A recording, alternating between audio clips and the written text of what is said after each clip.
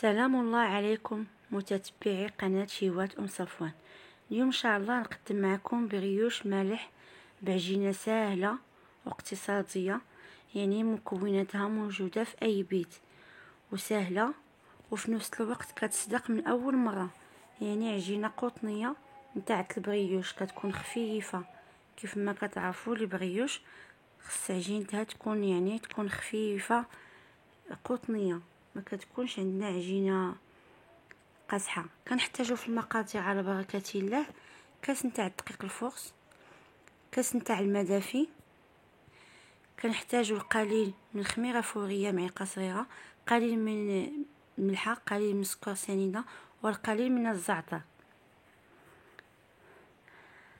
على بركه الله كناخذوا اناء كيكون كيتسد، يعني بواطه تكون عندها الغطايه ديالتها باش اننا تسهل لنا العمليه الاختمام. كنديروا فيها الكاس نتاع الدقيق، كنديروا فيها الزعتر، الخميره فوريه، الملحه والسكر سنيده.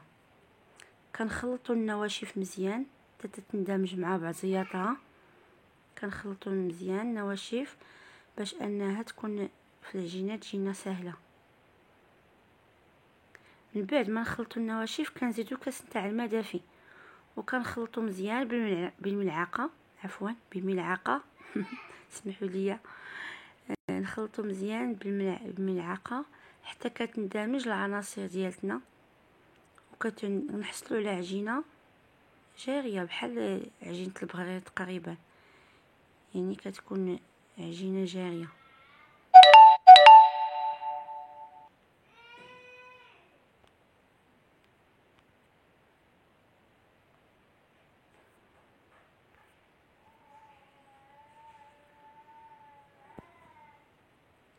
من بعد ما كنحركوا العناصر مجموعه كنحركوا على هذه النتيجه هذه، يعني عجينه كتكون جاريه وكتكون خفيفه بحال عجينه البغرير. كنغطيو من بعد ما كتجمعنا العجينه كتكون له هذا الشكل هذا، كنغطيو البلاطه ديالنا وكنخليوها جانبا بما وجدنا الحشوه انا استعملت كفته وبصله مشلضه، خيزو محكوك، التوابل، قزبر ومعدنوس وملحه وقليل من زيت الزيتون.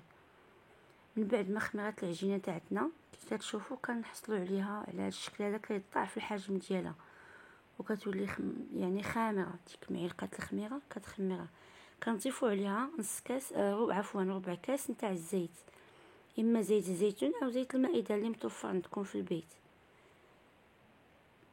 كنحركوا مزيان الزيت تدخل عندنا في العناصر ديالتنا اللي فايت خلطنا واختمروا. كنخلطوا هذيك ربع كاس نتاع الزيت.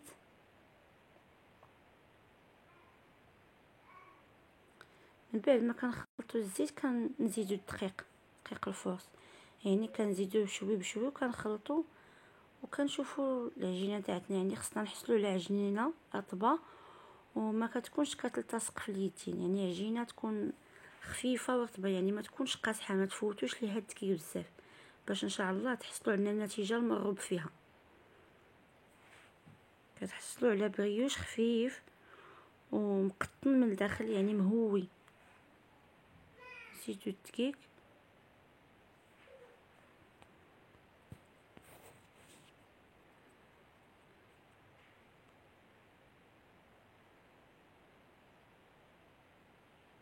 نخلطوا جيدا. كي تشوفوا انا خدمت غير بالملعقه، يعني اللي بيدير يديرها.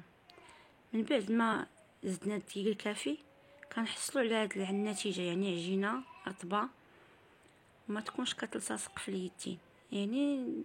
يعني يكون ميزانكم على حسب نوعيه الدقيق، كاين الدقيق اللي كيشرب دغيا وكاين الدقيق اللي لا. من بعد ما كنجمعوا العجينه كنحطوها جانبا، يعني واحد ماكسيموم دقيقه ولا 2 دقائق. من بعد ما خلينا العجينه نقطعوها كويرات صغار، يعني قد ما صغرنا الكويرات قد ما النتيجه كتكون عندنا زوينه. كنحصلوا على شهده يعني زوينه ومزاحمه. هذه الحشوه ديالنا اللي ذكرت لكم انني صايبتها من قبل وخليتها تبرد باش ما تقبش ليا العجينه.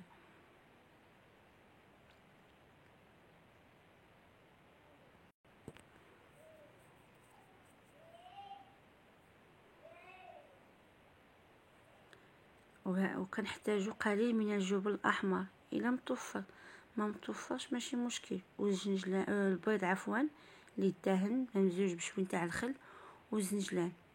الزنجلان باش نزينو من الفوق. اللي ما عنده الزنجلان يدير البافو، اللي ما عنده البافو يدير السانوج. المهم اللي متوفر عند المغربيات.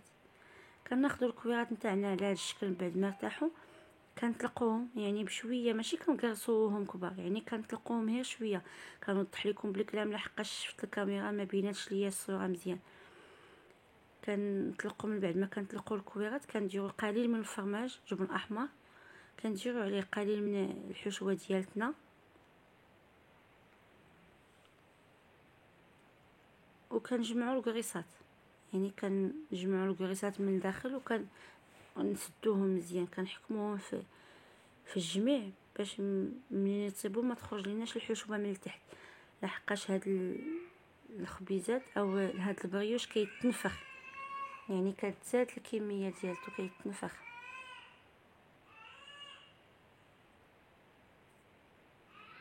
كورو نتاع نحصلوا على هاد النتيجه هذه.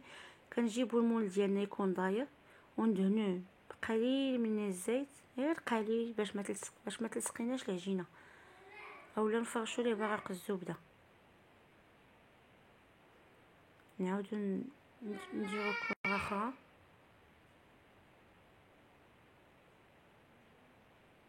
نطلقوها بشوي، نبسطوها غير شويه، يعني ما نقرصوهاش، غير القياس فاش غتكون عندنا الحشوه ديالنا. نديرو الفرماج ونديرو الحشوه ونعاودو نجمعو الكويرات ديالتنا.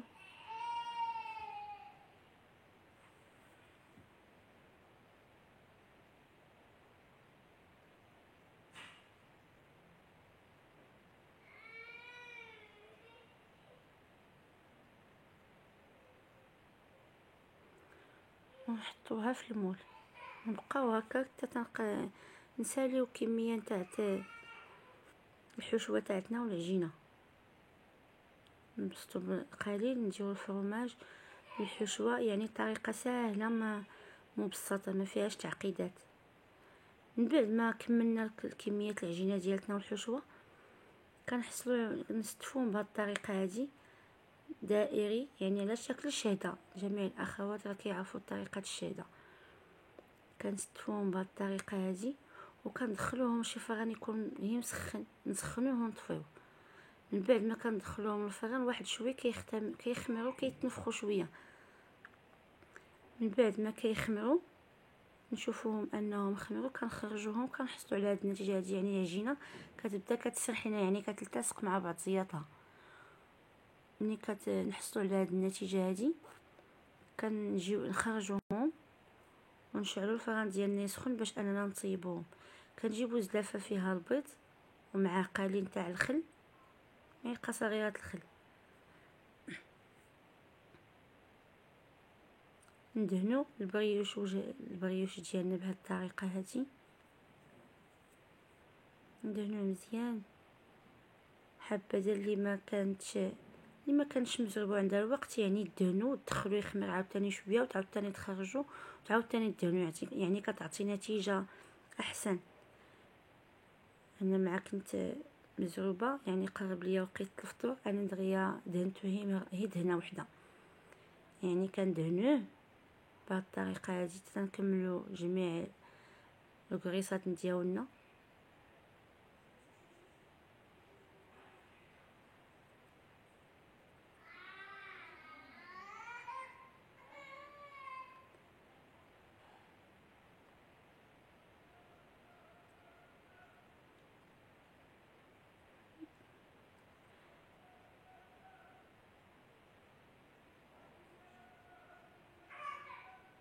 من بعد ما كملنا جميع البريوش الوجه ديالو دهناهم كلهم بهذه الطريقه.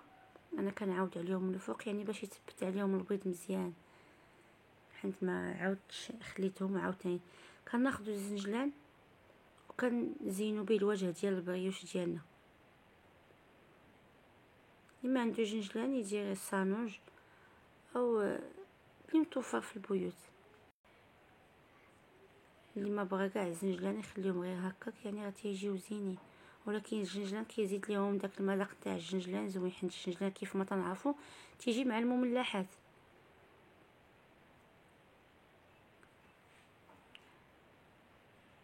من بعد ما زينا الوجوه ديال البريوش ديالنا بالزنجلان، ندخلوهم الفران كيفايته ذكرت لكم انه الفران سخون.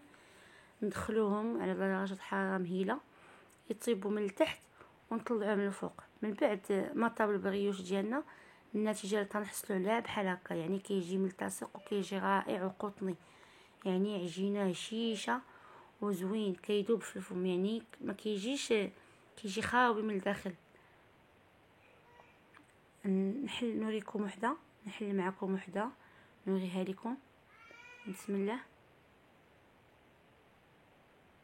تسمحوا لي مع باقي سخون الطريقه. النتيجه يعني نتيجه رائعه جدا، وصدقوني جربوه راه كينجح معكم من اول مره درتوه. وما تنساوش الاشتراك في القناه ديالي واللايكات ديالكم وترك التعاليق. وشكرا. وشاركوا القناه مع الاصدقاء والاحباب. والى اللقاء في فيديو جديد ان شاء الله وشي جديده. وتنتمنى نلقاكم في احسن الاحوال، والله يكمل علينا هذا الشهر المبارك بالصحه والعافيه، ويزول علينا هذا الوباء وترجع الحياه لمجراها الطبيعي. شكرا لمتتبعي قناه شهوة صفوان.